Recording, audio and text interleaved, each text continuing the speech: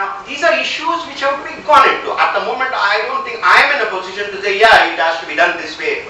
So, since these are new areas, my request will be that together if we sit around the table, lay down these issues and say what are the issues that are going to adversely affect both sides, environment as well as investment or development as the case may be, and come to a position where at least we have seen all that is to be seen and then we take a decision. So awareness levels have to be increased in a more concrete way. Everybody says awareness levels should be increased, but the remedy for that is the workshop. Sorry, I don't mean your workshop, but generally that is what people do, 2 more meetings and some expenses and 4 people attended. Yeah, even Mr. Joseph came and said something. That is not, in my opinion, the right way to increase awareness levels.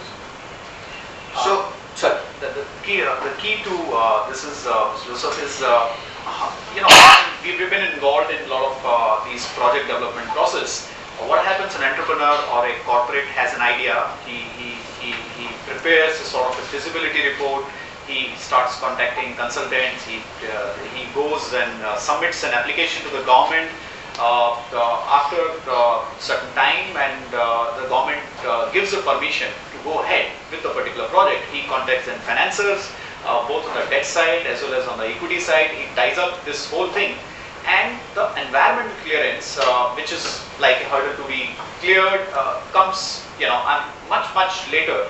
Now, I have seen personally many projects get stuck by years because the environmental issues don't get really handled. Now, is there a possibility that from the government side, that can these issues be taken care of much earlier as part of the process? I mean, because the environment issues come much later when many a times there is a mobilization happened, the financial closure has happened, the equity investors, there is an IPO coming, and still the sustainability part, the local issues. It's not just environment; it's the local people's issues which become very active. Especially the land rights are happening in different parts of the country because of the land acquisition issues. So, can we work out a common framework in which, and who will take that initiative? Will government take the initiative? Will environmentalists? Will corporates? I'm not sure. Will the last conclave that we had, this idea was mooted, if Kulkarni was there, that whether the financiers can take that. Mr. Advani would like to in there, because they are putting too much money at stake, and those. So we need to evolve a framework together, which will facilitate a faster setting up of the projects.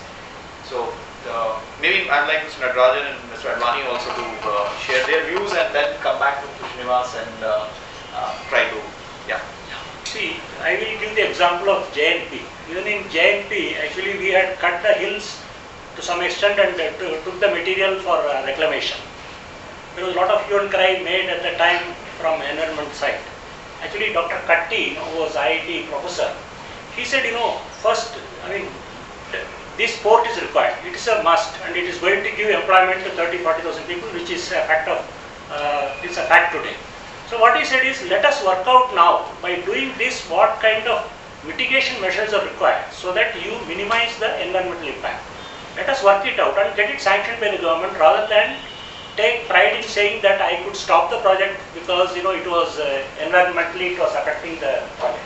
So we worked out and we found in a 1,000 crore project, the mitigation measures required were coming to only 15 crores.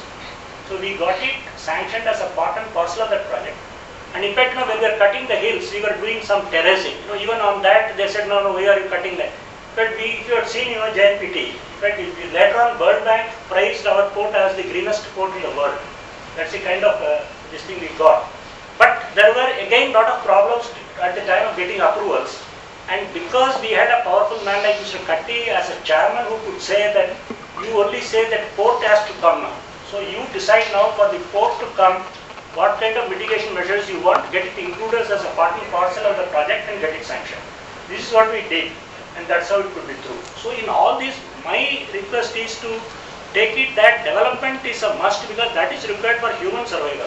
Later on, protecting species comes next in my view, and let's all be very clear about it. Then the next comes. Now, for example, the certain problems that we are facing now. Say mangroves. See, mangroves come only at places where the water comes and recedes. This happens in a number of places due to certain bund might have been done for protection. But even if it is breached and if it is not repatched up, it happens. And invariably the bunds are also breached by fishermen because they would like to have water entering into as much area as possible. So due to these problems, what happens, if you take for example 1991 Google of let us say the Dronagiri area, the areas which are clearly earmarked for drainage of the area, they are all seen as ponds. But subsequently all these breaches have not been maintained, and as a result water has entered into a number of areas and mangroves is there. And today we are not allowed to touch even one mangrove. And then how do we work out the drainage for the area? So these are becoming practical problems for which today it is only delaying the project without any solution. Because nobody is able to say, yes, you can proceed like this. So this is where we are. So I am told for mangroves in foreign countries, it is treated at par with forest land. You see, for projects in India, today if you are acquiring forest land for your project, you purchase a land elsewhere and develop a forest there. In that case, government can give you forest land. So like that, what I suggest, at least for mangroves, there should be clear-cut rules that yes, if certain part of the mangroves are to be destroyed for any reason for accommodating project from technical point of view, then they should allow mangroves to be done elsewhere and this area cleared. Whereas today's, as far as I know, you can't touch one mangrove. So you have to only relocate the project or something, but not touch one mangrove. I think that is asking for too much. Yeah, Mr. Advani. See, talking more from the stock market, if you take the whole maritime sector, the ports, shipping, shipbuilding, logistics and related activities, we are really at an infancy. I would compare them to what IT was 20 years ago. Okay, IT had its hurdles. I mean, Infosys, the issue was never subscribed to the extent everybody believed it to be.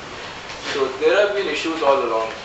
All we have to do, we have to develop framework and systems to take care of them. This would involve everybody from environmentalists to government, to locals, to financiers, to the actual entrepreneurs.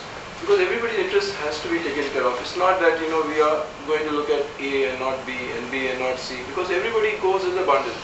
I'll just give you an example that, the participation, we have 7,500 kilometers of sea, and India is known to be a maritime country, not today, but for many decades. But we are nowhere today anywhere in the global map. 1% of the trade is carried out by India. This is similar to what IT is. And if you go to see what Korea was 20 years ago, they were in the same position in a much smaller country. It was just the framework systems and the attitude of the government and all the bodies who were involved which put Korea into the forefront. This would also help with people from the stock market getting involved, because once things start developing and things are organized, the market takes interest and finances come automatically. Loans are definitely available, but everything cannot be funded by loans because of the cost. So we need a full framework, very methodological approach, and a game plan for the next 10 to 15 years. I think the Gujarat government has done a pretty decent job by getting everybody involved into it. I think every state government needs to do something on similar kind. Okay, Mr. Srinivas, would you like to? I would fully agree with what Mr. Joseph said, and I do understand that many times what really happens is that the NGO voice in India is completely divided and fractured. You have varying views, you have varying opinions, and also guided by the fact that some of these NGOs, many of these NGOs are also the direction is given by the source of funding. Having said that, most of you people who are aware of Greenpeace know that we don't take any funding from any organization, any either government or in industry or any bilateral, multilateral agencies. Most of our funding